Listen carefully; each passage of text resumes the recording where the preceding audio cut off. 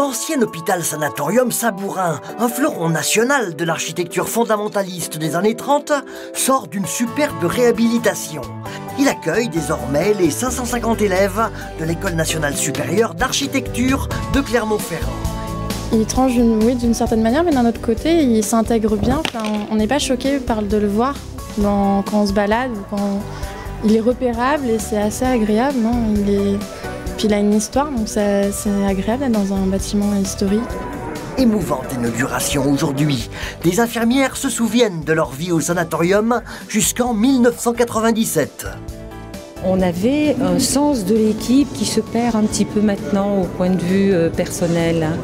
Là, familial, plus chaleureux entre eux. Le grand paquebot, désormais ambassadeur de l'architecture, déploie de solides arguments pour séduire son nouvel équipage, étudiant autant qu'enseignant. C'est le rapport d'une architecture qui essaye de raconter le territoire dans lequel il s'insère. Et là, je trouve que ce trait d'union, finalement, entre la ville et la nature, ou en tout cas le coteau de Chanturgue, c'est quelque chose qu'on essaye de faire avec nos étudiants.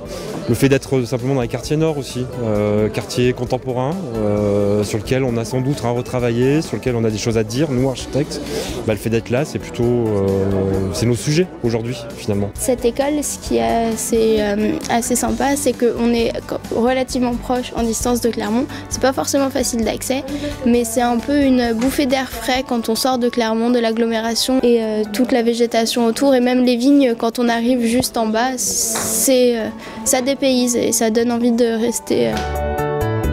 Bilan très positif donc pour aborder 3 à 8 ans d'études en licence, master et doctorat dans l'un des 15 plus beaux bâtiments de France des années 30. Belles années à tous.